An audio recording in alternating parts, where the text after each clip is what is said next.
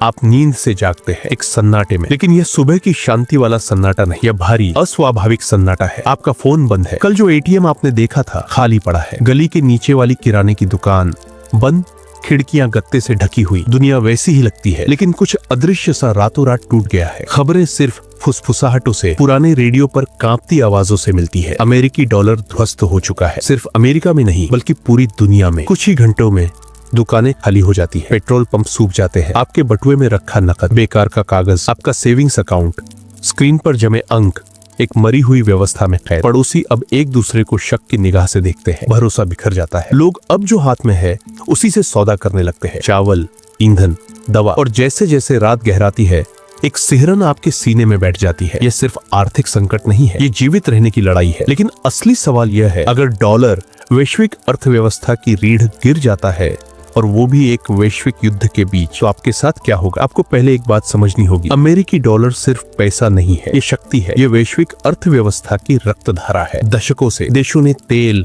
Gas, भोजन और हथियार डॉलर में खरीदे बेचे हैं। दुनिया भर के केंद्रीय बैंकों ने खरबों डॉलर भंडार में रखे हैं। यहाँ तक कि जब देशों ने अमेरिका की नीतियों से नफरत की, उन्हें जीने के लिए डॉलर चाहिए ही था। लेकिन जरा सोचिए, अगर एक वैश्विक युद्ध भड़क उठे, मिसाइलें चले, पाबंदियां सख्त हो, गठबंधन बिखर जाए, चीन, रूस और कई देश मिलकर डॉलर की सत्ता खत्म करने पर तुल जाए, वे अन्य मुद्राओं, सोने, डिजिटल सिस्टम और क्षेत्रीय सौदों में व्यापार शुरू कर दे, यकीन डगमगा जाता है। और जब लोग डॉलर पर भरोसा खो देते हैं, ये डोमिनो की तरह गिरता है। हाइपर इन्फ्लेशन बचत को निगल लेता है, आयात, भोजन, ईंधन, दवा अब विलासिता बन जाते हैं। देश अपनी मुद्राओं को बचाने की कोशिश करते हैं, लेकिन दहशत नीतियों से कहीं तेज फैलती है। इतिहास चेतावनी देता है। जर्मनी 1920 का दशक, मुद्रा ध्वस्त, रोटी खजाने जैसी हो गई। अर्जेंटीना 2001, बैंकों ने निकासी रोक दी, सड़कों पर दंगे भड़क उठे। वेनेजुएला हाल के सालों में नोट ढेरों में पड़े रहे, लेकिन खाना गायब हो गया। अब इसे सोचिए, सिर्फ एक देश में नहीं बल्कि पूरी दुनिया में इतना बड़ा झटका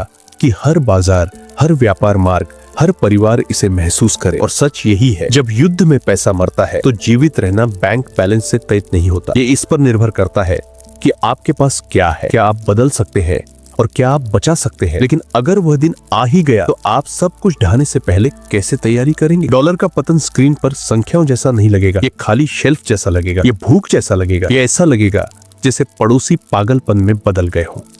तो आपको क्या करना चाहिए? एक, अफरा तफरी से पहले जरूरी चीजें सुरक्षित करें। आप कागजी पैसे नहीं खा सकते, आप वादे नहीं पी सकते। पानी, लंबे समय तक चलने वाला भोजन, दवाइयां जमा करें, दिनों में नहीं महीनों में सोचें। क्या न करें? अराजकता शुरू होने पर भीड़ में मत भागे। आखिरी मिनट की भगदड़ ही वह जगह है जहां लोग सचमुच कुचले जाते हैं, शारीरिक और आर्थिक रूप से। 2, वैकल्पिक मुद्रा बनाए। जब डॉलर मरता है मूल्य बदल जाता है। चांदी के सिक्के, सोना, विदेशी मुद्रा, यहाँ तक कि बार्टर की चीजें, ईंधन, बैटरियां, एंटीबायोटिक्स, ये सब असली बचाव मुद्रा बन जाते हैं। क्या ना करें? सिर्फ नकद जमा मत कीजिए, पतन में नकद आग की तरह तेजी से जलता है। 3, अपनी ऊर्जा के स्रोत सुरक्षित करें।